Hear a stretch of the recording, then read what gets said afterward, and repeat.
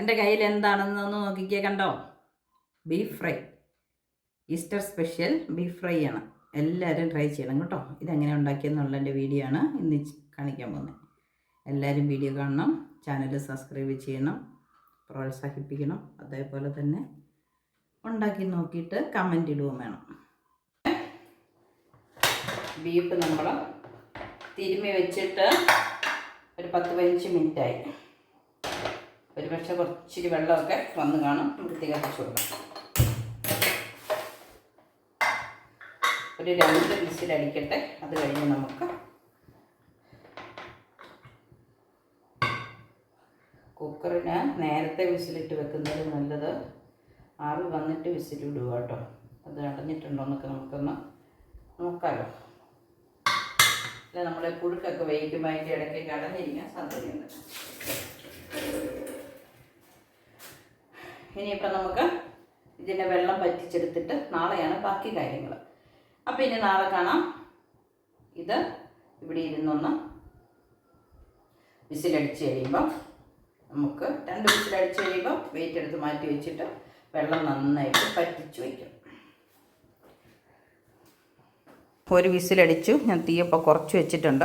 ഇനി നമുക്ക് തീ കുറഞ്ഞിരുന്ന ഒരു വിസിലും കൂടെ അടിക്കട്ടെ. അല്പം കൂടെ കഴിഞ്ഞ് കാറ്റ് പോയി കഴിയുമ്പോൾ ഒന്ന് തുറന്ന് നോക്കാം അല്ലേ. എന്നിട്ട് വെള്ളം പറ്റാനുണ്ടെങ്കിൽ പറ്റിച്ചെടുക്കാം. നമ്മുടെ കറിയുടെ അവസ്ഥ വെന്തോന്നൊന്ന് നോക്കാം അല്ലേ.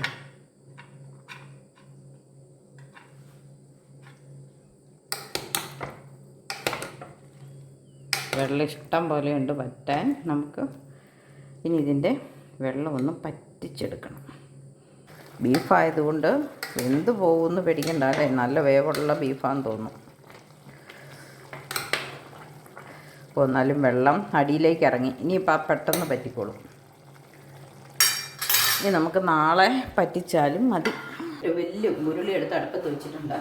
അപ്പം അധികം ഒട്ടും തന്നെ നെയ്യില്ലാത്ത ബീഫാണ്. അത് നമുക്ക് ഇത്തിരി നന്നായിട്ട് ഒരു 1.5 ടേബിൾ സ്പൂൺ എണ്ണ ഒഴിച്ചു കൊടുക്കാം. അതിനകത്തേക്ക് കടുകിട്ട് കൊടുക്കാം. നന്നായിട്ട് മുറുകി വരണമല്ലോ. അതുകൊണ്ട് ഒരല്പം കടുക്, ഒരു ടീസ്പൂൺ മിച്ചം കടുകിട്ട് കൊടുത്തിട്ടുണ്ട്. കടുകൊന്ന് പൊട്ടി വരട്ടെ. നമ്മൾ ഇന്നലെ കുറച്ച് ഇഞ്ചിയും വെളുത്തുള്ളിയിലേ ഇട്ടുള്ളൂ. അപ്പോൾ ഇന്ന് കുറച്ച് ഇഞ്ചി വെളുത്തുള്ളിയും കൂടെ അരിഞ്ഞെടുത്തിട്ടുണ്ട്. കുറച്ച് വെളുത്തുള്ളി, ഒരൽപ്പം തേങ്ങാക്കൊത്ത്, ഒരു കൊടുക്കാനാണ്. പിന്നെ കറിവേപ്പില. കൂടുതലിടുന്നത് സവോളയാണ് കേട്ടോ. അല്പം നമുക്ക് ഇഞ്ചിയും വെളുത്തുള്ളിയും ഒപ്പം ഒരൽപ്പം ഇഞ്ചി കൊടുക്കും.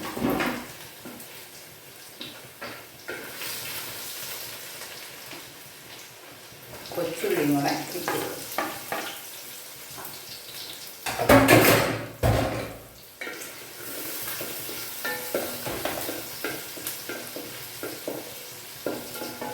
അതൊന്ന് മൂത്ത് വരട്ടെ. ഇനി നമുക്ക് കറിവേപ്പില ഇട്ട് കൊടുക്കാം.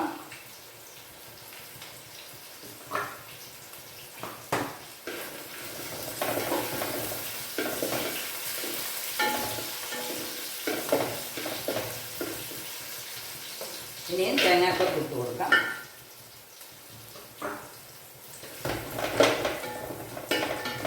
തേങ്ങാക്കൊത്ത് എണ്ണയ്ക്കകത്ത് നമ്മൾ ഇന്നലെ ഇറച്ചിക്കകത്ത് വേണേലിട്ട് വേവിക്കാൻ കൊണ്ടു. അപ്പോൾ ഇന്നലെ വേവിച്ച് വെച്ചിട്ട് ഇന്നല്ലേ വളർത്തുന്നത്. അതുകൊണ്ട് ഞാൻ ഇന്നിടാന്ന് വെച്ചു. തേങ്ങാക്കൊത്ത് ഒത്തിരി അങ്ങോട്ട് ചുമക്കുന്നൊന്നുമില്ല. ഇനി നമുക്ക് നമ്മുടെ സവോള ഇട്ട് കൊടുക്കാം.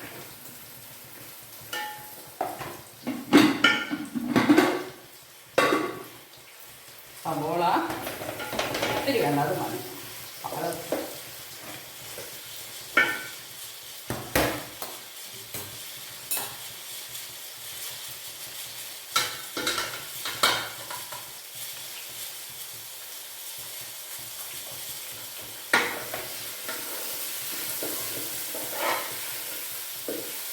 ഒന്ന് കൂട്ടി വെച്ചു. ഒരൽപ്പം ഉപ്പും കൂടെ ചേർത്ത്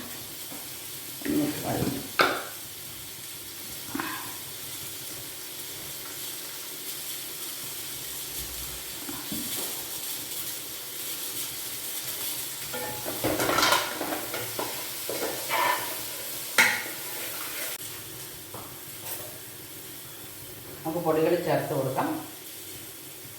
ഒരു 1/2 ടീസ്പൂൺ മഞ്ഞൾപ്പൊടി, 1 ടീസ്പൂൺ മല്ലിപ്പൊടി. അത് ആദ്യം ഇടുവാണ്. ഇന്നലെ ഞാൻ മല്ലിപ്പൊടി ഒട്ടും തന്നെ ഇട്ടില്ല, കാരണം ഇന്നല്ലേ ഉണ്ടാക്കണേന്ന് നോക്കുള്ളൂ. ഇന്നലെ തന്നെ ഉണ്ടാക്കാനാണെങ്കിൽ നമുക്ക് ആദ്യം തന്നെ മല്ലിപ്പൊടിയും കൂടെ വേണമെങ്കിൽ വേവിക്കുന്ന പൊടി ഇടായിരുന്നു. ഒരു ദിവസം ഇരിക്കുമ്പം നമ്മുടെ ഇറച്ചി ഒട്ടും കേടായി പോകരുത്. മല്ലിയാണെങ്കിൽ പെട്ടെന്ന് കേടാകുന്നൊന്നുമില്ല.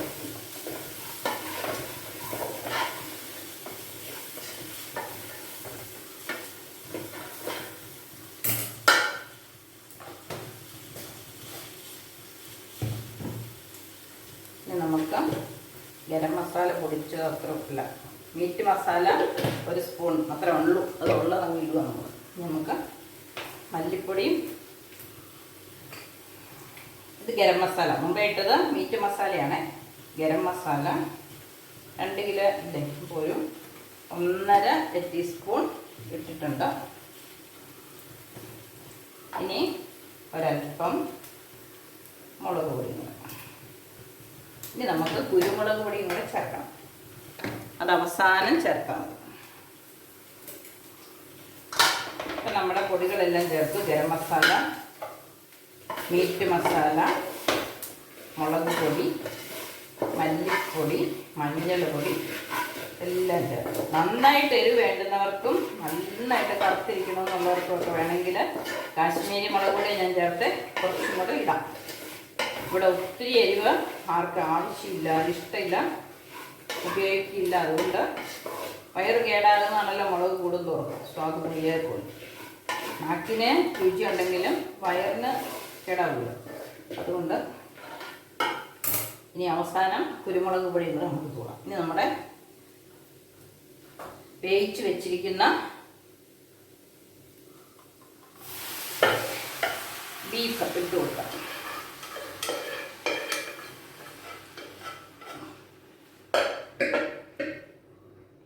ഇനി തീ കുറച്ചിട്ട് ഇത് എത്ര ഉണങ്ങാവോ അത്രയും ഉണക്കി, എത്ര കറക്കണോ കളറ് മാറണോ അത്രയും കളറ് മാറുന്നോടം വരെ നമുക്ക് ഇളക്കാം.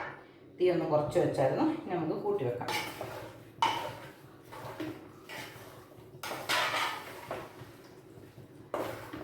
ഇനി ഇത് ചൂടായാൽ തൊട്ടത് എപ്പോൾ വേണേലും നമുക്ക് കഴിക്കാം. എത്ര ഉണങ്ങണോ അത്രയും ഉണക്കുകയും ചെയ്യാം. ഇതിപ്പം നമുക്ക് നന്നായിട്ടൊന്ന് ഉണക്കണം. അതുകൊണ്ട് ഇടയ്ക്കിടയ്ക്ക് ഇളക്കിയിട്ട് കൊടുക്കാം. ആദ്യം കുറച്ച് സമയം തീ കൂട്ടി വെച്ച് വെള്ളം ഒന്ന് പറ്റിയിട്ട് പിന്നെ നമുക്ക് തീ കുറച്ച് വെച്ച് ഇടയ്ക്കിടയ്ക്ക് ഇളക്കി കൊടുത്തുകൊണ്ടിരിക്കും.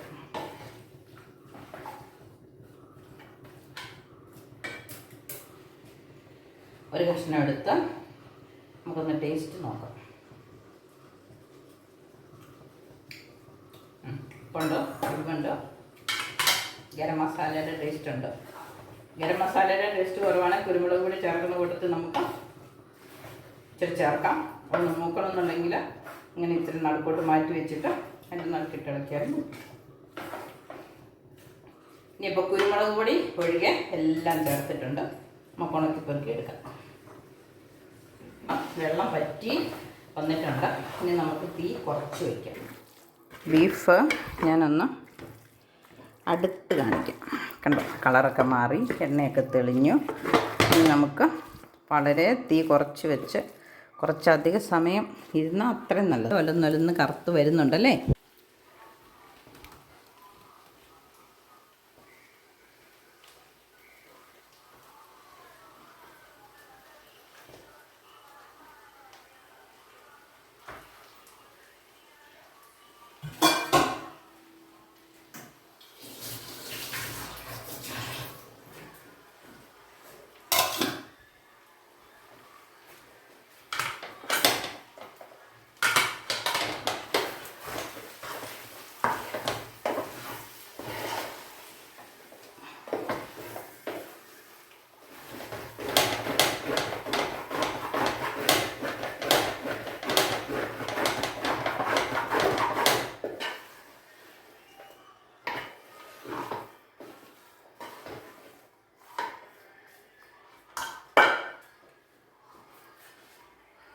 ഇത് ഞാൻ അടുപ്പത്തിട്ട് കഴിഞ്ഞിട്ടാണ് കഞ്ഞി വെച്ചതും തോരൻ വെച്ചതും.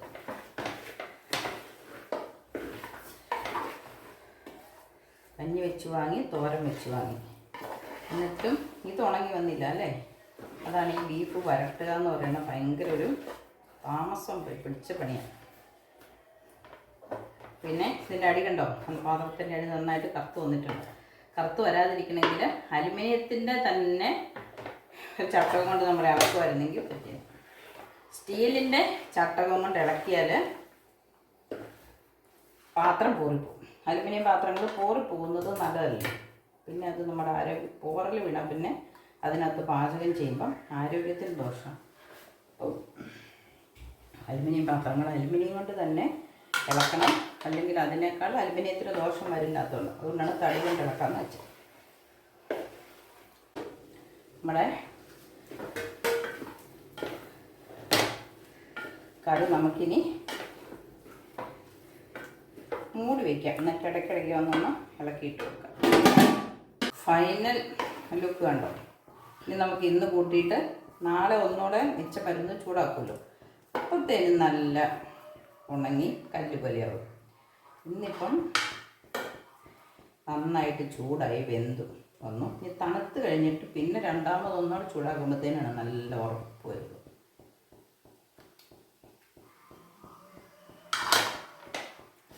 അപ്പം എല്ലാവരും ആണ്ടിലൊരിക്കലെങ്കിലും ഇങ്ങനെയൊക്കെ ഒന്ന് ഉണ്ടാക്കി നോക്കണം കേട്ടോ.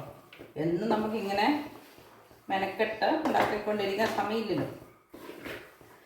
പക്ഷേ വല്ലപ്പോഴുമൊക്കെ ഇങ്ങനെയും നമുക്ക് ഉണ്ടാക്കുക. അതും തൂളി ഒരല്പം ഗരം മസാലയും കൂടെ തൂളും.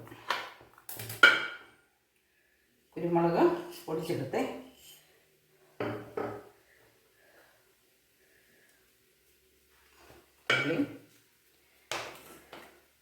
ഒരല്പം ഗരം മസാല.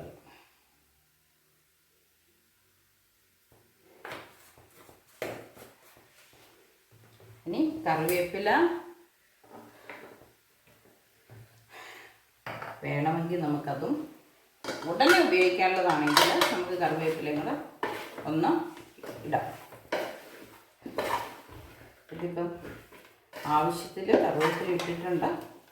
പിന്നെ മിച്ചം വന്നാൽ നാളെ ഇരിക്കുമ്പോൾ ഇപ്പോൾ ഇടുന്ന പച്ച കറിവേപ്പില നമ്മൾ പച്ചയായിട്ട് തന്നെ കിടക്കും. ഇനി നമുക്ക്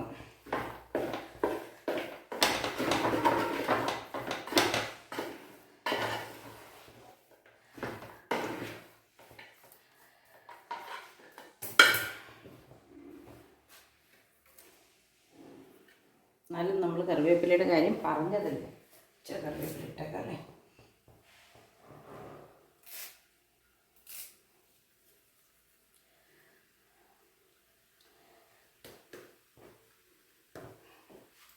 സ്റ്റവ് ഓഫാക്കി ഒന്നുകൂടെ അടുത്ത് കാണിക്കാം. കണ്ടോ, അടുത്ത് കാണുമ്പോൾ നമുക്ക് അതിൻ്റെ മാറ്റം വരും. മനസ്സിലാവുന്നുണ്ടോ? നന്നായിട്ട് കറുത്തൊക്കെ വന്നിട്ടുണ്ട്. അപ്പം മറ്റൊരു പുതിയ വീഡിയോ ആയിട്ട് വരുന്നവരെ എല്ലാവർക്കും ബൈ.